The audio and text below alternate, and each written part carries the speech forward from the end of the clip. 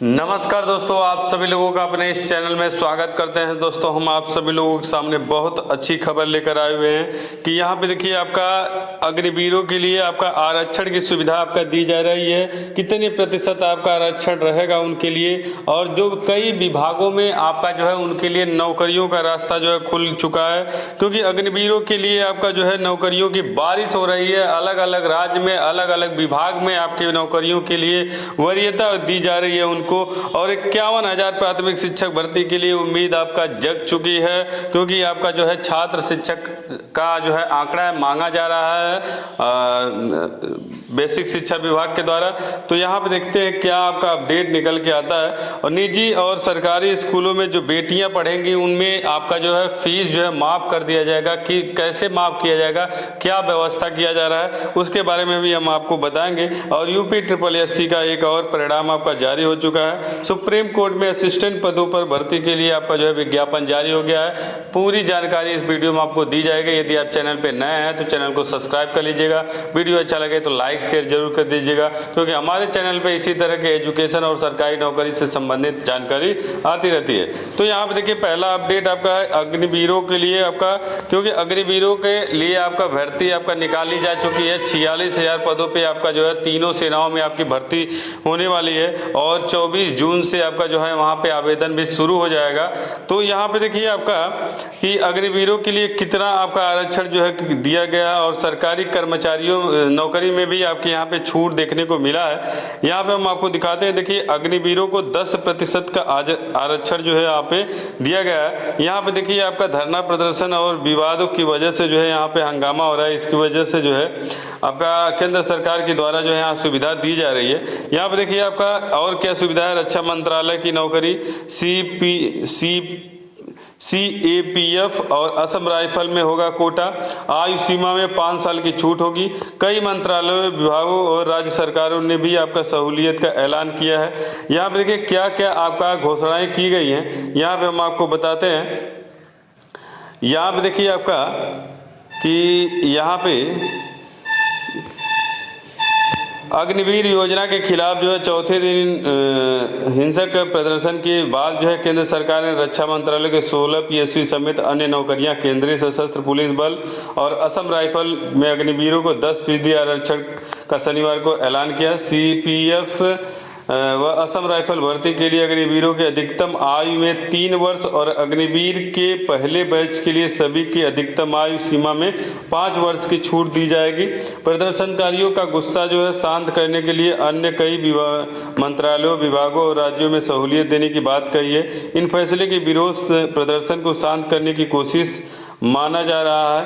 पोत परीक्षण मंत्रालय ने मर्चेंट नेवी में विभिन्न भूमिकाओं में अग्निवीरों की आसानी से नियुक्ति के लिए 6 सेवा अवसरों की बात कही है। इसमें इसके अलावा पेट्रोलियम और आवास, नागरिक उड्डयन, शिक्षा एवं कौशल विकास, उद्यमी मंत्रालय, वित्तीय सेवाएं विभाग, स्कूल शिक्षा साक्षरता विभाग में भी अलग अलग सेवाओं में अवसर और कई तरह के सहूलियत देने की घोषणा की गई है। दूसरी तरफ यूपी समेत 4 अन्य राज्यों के बाद जो है कर्नाटक और अरुणाचल प्रदेश ने भी आपका अग्निवीरों को 4 साल की सेवा के बाद जो है पुलिस की नौकरी में प्राथमिकता देने की बात कही है। हिमाचल प्रदेश ने कई सरकारी सेवाओं में वरीयता देने का ऐलान किया है। तो ये सब सुविधाएं जो है आपका यहाँ पे अग्निवीरों के लिए दिया जा रहा है। और यहाँ पे अग्निवीरों के लिए नौकरियों की जो है बारिश हो चुकी है, क्योंकि अलग अलग विभाग में आपका जो अग्निवीर होंगे उनके लिए कोटा जारी कर दिया गया और आरक्षण भी जारी कर दिया गया है। यहाँ पे देखिए आपका यहाँ पे ये अलग अलग विभाग में आपका जो है यहाँ पे आपका जो है नौकरियों की घोषणा किया जा चुका है। जैसे ही आपके 4 साल की अवधि पूरी होगी उसके बाद जो है आपका जो अग्निवीर होंगे वो अग्निवीर जो है जिस भी विभाग में जाना चाहेंगे वहाँ पे भी देखिए ये सब विभाग आपके दिए गए हैं। इन सभी विभागों में जो है आपका जो है उनको 10% के आरक्षण के साथ जो है उनको वरीयता दिया जाएगा। तो यहाँ पे आपका जो है रक्षा मंत्रालय ने अग्निपथ योजना के तहत भर्ती किए जाने वाले कर्मियों को राज्य सरकारों, निजी उद्यमियों, सरकारी सार्वजनिक क्षेत्र के उपक्रमों और अर्धसैनिक बलों की विभिन्न नौकरियों में प्राथमिकता दी जाएगी।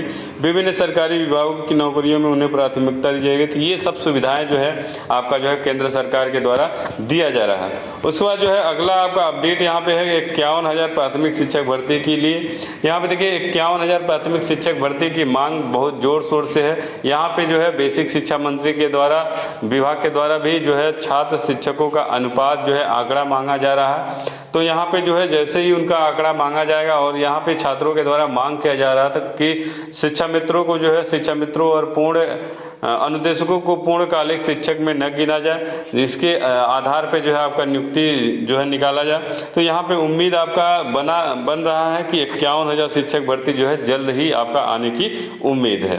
उसके बाद अगला अपडेट है कि निजी और सरकारी स्कूलों में बेटियों की फीस जो है माफ़ किया जा रहा है। यहाँ पे देखिए मुख्यमंत्री के द्वारा जो है यहाँ पे एक व्यवस्था किया गया है। यहाँ पे बेटियों की फीस माफ़ी की कवायद जो है तेज आपका निजी स्कूलों में पढ़ने वाले एक अभिभावक की 2 बेटियों में से एक की जो है फीस जो है माफ़ कर दी जाएगी।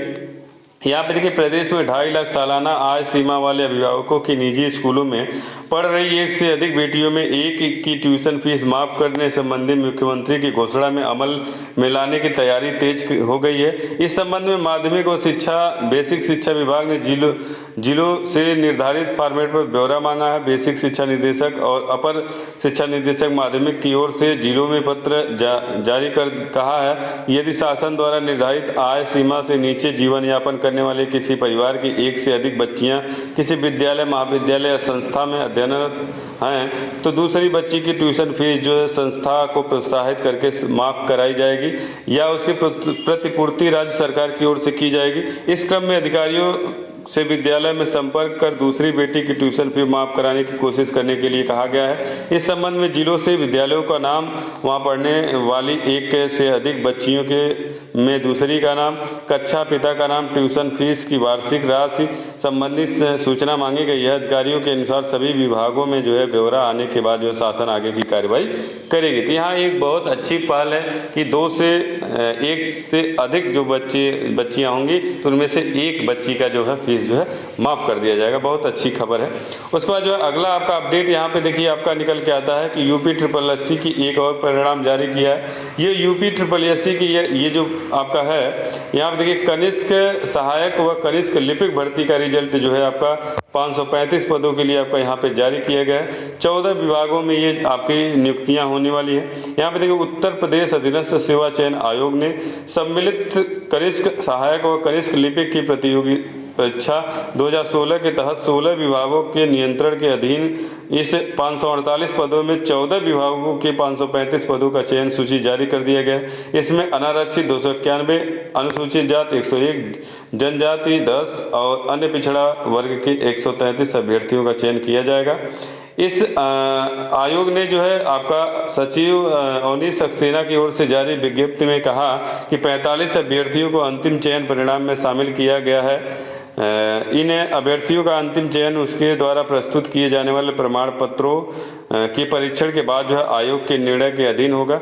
कनिष्क सहायक व कनिष्क लिपिक पदों के सापेक्ष उक्त चयनित अभ्यर्थियों का विभागवार आवंटन यथा समय जो है आयोग की वेबसाइट पर प्रकाशित किया जाएगा। तो ये आपका यहाँ पे यूपी SSSC का जो है यहाँ पे रिजल्ट आपका जारी हुआ।